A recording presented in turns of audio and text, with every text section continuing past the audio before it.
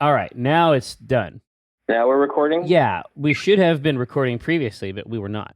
Um, so you're saying I was asking you about what games you're playing because I mean I can see obviously I play Let It Die at night and I see that you are playing Diablo, which is not new.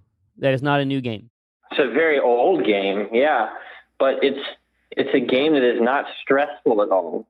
And um, you know, playing a game like Overwatch or something where it gets stressful causes my muscles to tense up and it hurts. Like it actually hurts to play that game sometimes. And playing Diablo is just very relaxing.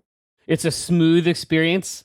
It is. I don't know how else to describe it except relaxing. It's just a very chill game.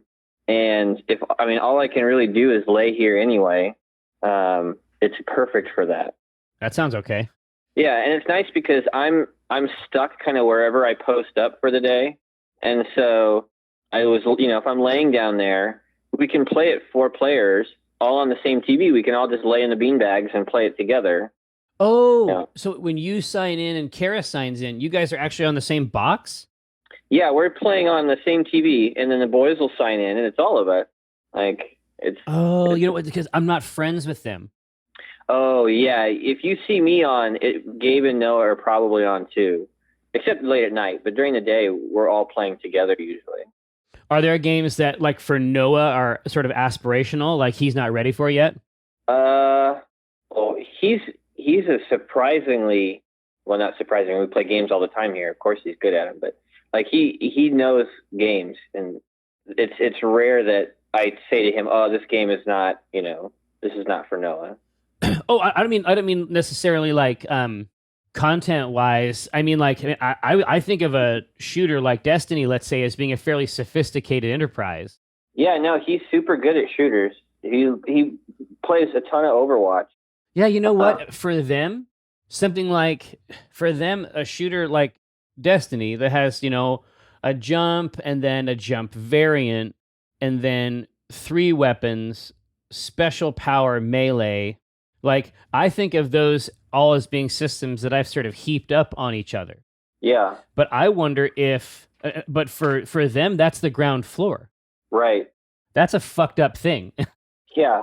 That's a fucked up thought. With him, he never played on a PC. He didn't really get into Minecraft like Gabe did. So first person with a controller is just how he's played games. Yeah. That's how he played Minecraft. He liked to play it on the console. And so moving and looking with a controller is second nature to him. That's wild. Yeah, I mean, I think of that as being like 8 discrete skills. Right. For him, it's probably just playing Destiny. Yeah, well, and the thing about Overwatch is those characters, I mean, he runs around. When he's not playing Overwatch, he's just playing Overwatch in the house. Oh, that's true. He's running around being Hanzo, shooting the dog. Like he's shouting out their voice lines as he runs around. Well, listen, that's a very small dog. Yeah, we have to tell him not to shoot supers at the dog. Yeah. You don't use your super technique. Please don't super the dog. Right. So, well, here let's jump in here. I mean, if you're going back into the Diablo, like the idea that every strip doesn't have to be about your body. I recognize that, but that might be an interesting post. Yeah, I had a funny Diablo one. Oh, because you've been playing it all the time. Yeah, it's a weird one though. Let me see if I can remember it. There's this section where you're going around and there's like goatmen and there's these goatmen drums and you just hit the drum and sometimes some gold will start to come out. Oh yeah, totally. So I imagine like the goatman, he's like, "This is a fine drum, son. You've made our village proud. Any goatman would be proud to beat this drum. And tomorrow the chief will see it, and our family." No. Any goatman would be proud to beat his hooves upon this drum. On this drum, and then you just come by and you just wreck it, and you move on. Like you're not even there for a second. Like, what are these ceremonial drums that they're building? It was a weird one. Yeah, I like it though because it's cultural. Yeah. It'll give you a chance to put some of your characters in there too. That used to be my favorite part. I remember I remember the very first one. It's those like satyr guys, Yeah, exactly. but they're goaty, like they're sort of like goaty, guttural voice. Yeah, they're just goat men, and I mean, you really do a number on these goat men in their villages. They don't deserve it. No, I don't think they do. They're just, I mean, all they're doing, they're just doing their goat shit. Making their drums, playing their music. Yeah, yeah. Like, what is the foundation of goat man culture? I don't know. But yeah, I've been playing so much of it that it's just hard not to think of it in comics. Well, so yeah, sometimes nothing happens, right? Oh yeah, 9 times out of 10, nothing comes out of these stumps or drums or whatever you hit. And then sometimes it's a little bit of gold. Sometimes it'll be a little gold. Yeah. Yeah, something a little gold or a shittier hat. Yeah. It's like, why are you destroying our sacred drums? Have you? Yeah, it's like, how do you? There's a bunch of ways you can take it. I love the idea that it's mid ritual. Yeah, for some reason, the idea that it's this special thing that is like a tradition. You know, you have the youngest of the family. Like when they reach a certain age, they have to make the drum, and the chief will look at the drum and decide if it's good enough or not. Yeah, it's just assessing it. Yeah. Oh, it's a fine drum, my son. That was really all I had was his dad and his son. Yeah, I mean, there's more than I feel like. Yeah, I feel like there's a couple of them. Yeah. But yeah, these are the worst, and also like the play loop in Diablo is so fast. Oh my God, it's quick. Yeah. We have this rule that we don't look at the stuff you pick up until everyone goes back to town, right? Like, because otherwise Noah's like, oh, I just got something new. Well, yeah, you get something new every 2 seconds in this fucking game. Well, what if you fill up? What if you fill up? Then we all go back to town and we can look at our stuff. But oh, I see. It's not like every time you pick something up, you go in and look at it. I like that too. You need a rule, like for these riches. Yeah. But also, what does it look like? Like you don't spend 2 seconds there. You wreck that drum like in a fraction of a second, and then you just keep going. Oh, that's the thing. Yeah, that's what's so funny. You just run by it and don't even think about it. It's just on your way to the next place. But what has that done? What is the destruction of that drum done to this goat community? Yeah, yes, art. Yeah, it's like this. It's probably like their summer drum. Yeah. Right. It's the drum that's gonna bring the harvest season. Yeah, it's like should I make another drum? Yeah, yeah. Yeah. But there's also you've been playing a ton of Let It Die, which I think is bizarre. Yeah, I love it. I even invited you last night to come play games with us, and you just kept playing Let It Die. Oh, I didn't even see it.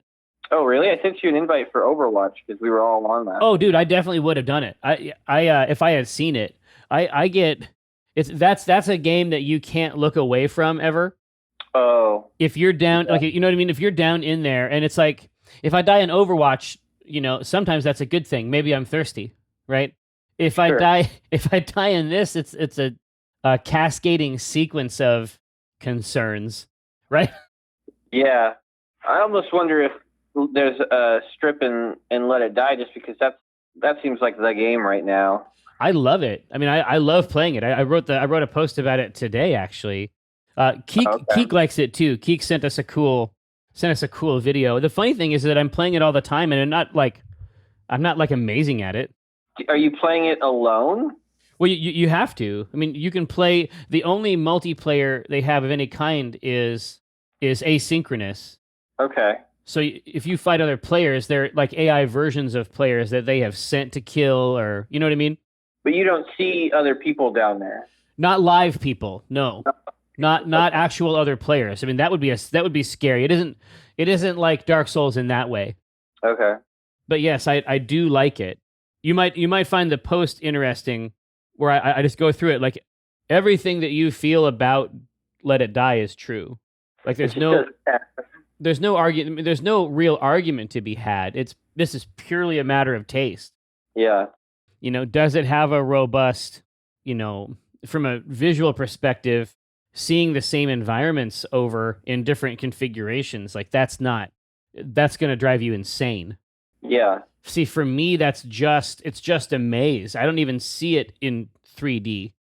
Might as well be a text adventure or whatever. Yeah, for me, it's a 2D plane, really, Sure. that I interact with, trying to get my shit, and it's scary. Like it's a horror. It really is this surreal comic horror thing. That's such a odd. The tone is so odd. The tone is bizarre. It's bizarre, but the more you play it, like it's completely coherent. It's not random. It's just weird. God, is it weird? But yeah, we could succeed in either of those scenarios, I think. Are you down there getting new weapons and new powers, or like what is the progression? Like, does your guy have like helmets and it isn't armor? a full. So none of the systems, right? All those envelopes. Yeah. All those envelopes are revealing the long play. Okay. So in this, the long play is upgrading your waiting room to have so that you can actually hold more money, more splithium, which is what you use to upgrade things. Okay. More fighters, so you can have a big roster of fighters. And there's also a part of your base that you can use to like deprogram enemy fighters that you occasionally you can collect them. It seemed like it's just got a million of these different systems, piled on top of systems. Exactly. Like it seemed like there was crafting and cooking and. Mm-hmm. Yep. Yeah, it's all there. So the main thing to keep in mind is that individual characters, like an individual fighter that you have, yeah, they have their own stats, and they use those stats to those inform a lot of the interactions numerically, right? Sure. And so you want to buff those. Obviously, you buff those with XP. So fighters accrue XP and invest it in their stats. Okay. But masteries have to do with how good you've gotten with the game's weapon. So whenever you make a kill with a specific weapon, you're gaining XP in that weapon that exists above individual fighters. That's the player's skill. That's right. And so the player, independent of the fighter, has these mastery levels that are substantial. I mean, up to the level of, incredible boosts in damage, reduction in the stamina cost of abilities, and then also new moves. Oh, yeah. You know what I mean? And so all that's connected at this higher level to a persistent gameplay. And then sort of like linking a fire in Dark Souls, finding a new elevator is a big deal. So that's a part of the game that is retained. That's something that you can actually collect and use. And then you're gathering materials, and then the crafting recipes, improvements in crafting recipes that you've delivered via research and development. I mean, that's all persistent too. So if I go out and I get a blueprint and I bring that back down, any one of my fighters can purchase items that I have improved via that system. Have you spent any money on it? I haven't spent any money on it yet, but I would. I've been playing it for 2 weeks. I suspect I suspect that spending money on it. I mean, historically, I play a free-to-play game long enough to the point where I want to pay them for it. And weirdly, that's usually right before I quit. Yeah, I'm the same way. Like once I give them the money, it's sort of like the tip. I feel like it's time to leave the restaurant because I don't want to. I'm not there. I'm not there for that. Well, at that point, I think that paying becomes a part of the gameplay loop. Definitely. And I typically try to avoid that. It's like if we sit at a blackjack table. Yeah. Because if we sit at a blackjack table, you have to sit down with a specific number in mind. Right. And, for me, it's the same with free-to-play games, just in reverse. I pay on the way out. It's like exiting through the gift shop. Yeah. Yeah, once I played enough game to get to the part where they need money, I feel like, okay, I've seen I've seen the game now. I get it. All right, here. Now, if I want to keep playing, paying was just going to be a part of the loop. Right. I want that. So let's see. Just Let It Die. We haven't done anything on Switch. True. Yeah, I'm very interested in. It's so interesting. Brian Crescente, I think, put it very well.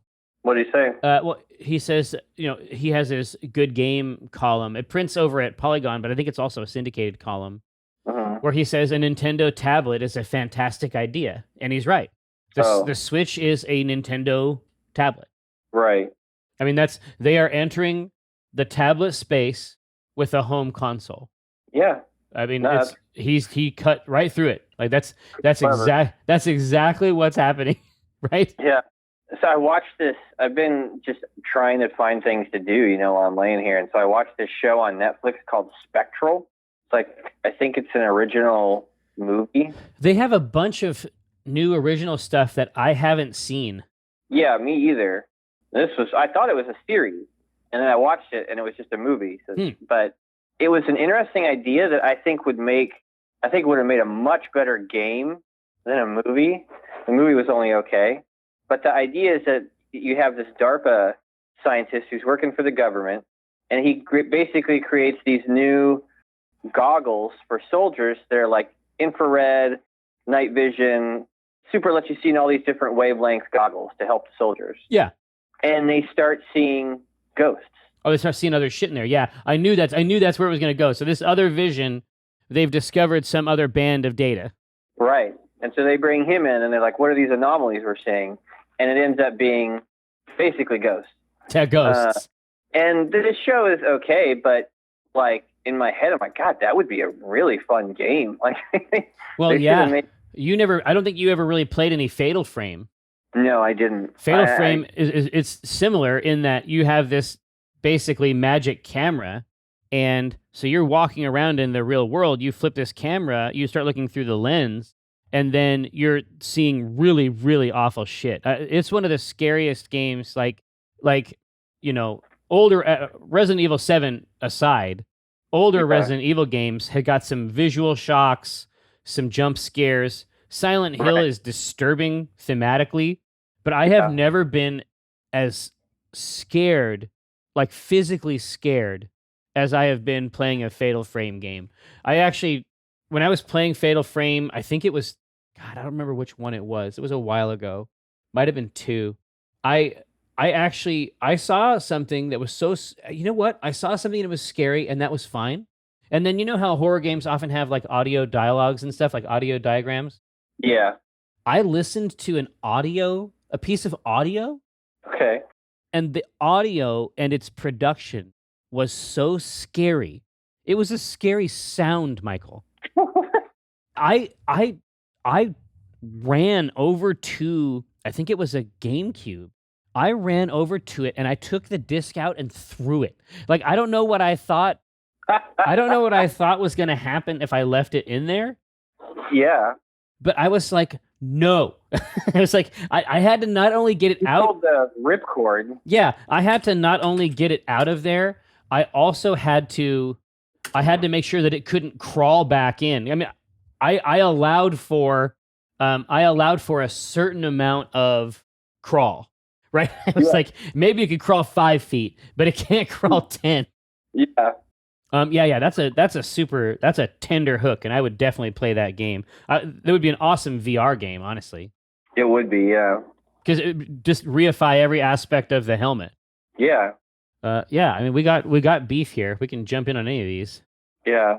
The clearest one, I think, is Let It Die, or the goat, the goat drum. The goat man, yeah. Goats. Trying to think about how the goat drum one probably ends with having to make a new drum. Yeah, if the middle panel is the party. Yeah, coming by and whacking it. Yeah, it reminds the parties in these things remind me of these. There's this bicycle. I don't know what it's called. It's a pedal saloon or something. It's like a huge bike that like 20 people can ride. That also has beer taps on it. And I've seen these. It seems it seems like the worst idea. Yeah, it's like a bar bike. It seems like a terrible plan. Yeah. Every aspect of it seems like bad news. Yeah. But they remind me of these they remind me of these adventuring parties that just roll through. Yeah, it's just like locusts. Yeah, exactly. Yeah, but it's like it's such a fucked up thing. Like having your drum destroyed would have to become a part of their culture. Because it happens so often. Yeah, it happens so often. It happens constantly, right? Yeah. Yeah, is it a fake out? I mean, are they out there making this big deal? So that, are they out there making this big deal? Is it sort of like attracting the party to the fake drum? Oh, it's a trap. Right. Even a trap is just like that's not even the real drum. It's just like you have to build a pretend drum just to attract these creatures. Right. But see, in my head, it ends with if in the first panel it's like, oh hey, great, we built a fine drum. Yeah. You know, we would be proud to beat this drum. And the second panel it's like they're going inside maybe, and he's like, you know, the chief will see the drum.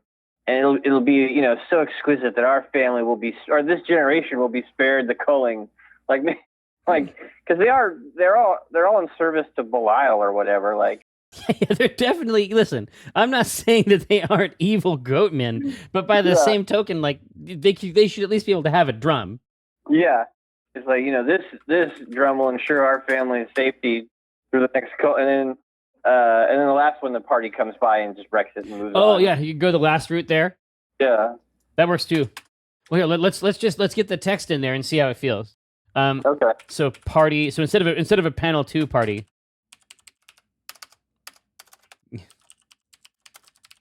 Goat man is just a funny word.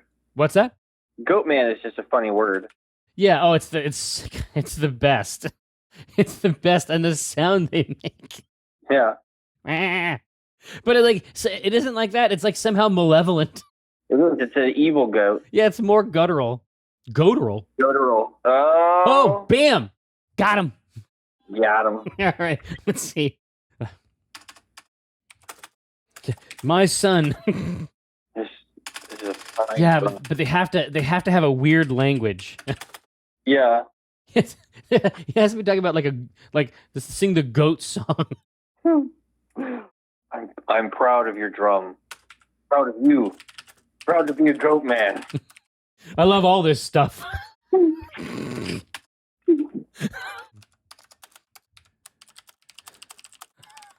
I'm proud of the drum. Proud of you. Proud to be a goat man. Because this is like the apex, right? Right.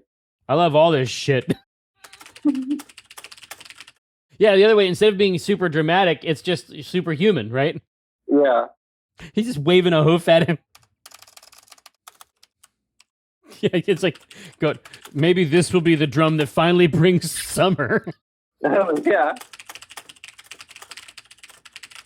Or maybe the little ones, like, you really like it, Dad? It's like, I think that perhaps this drum.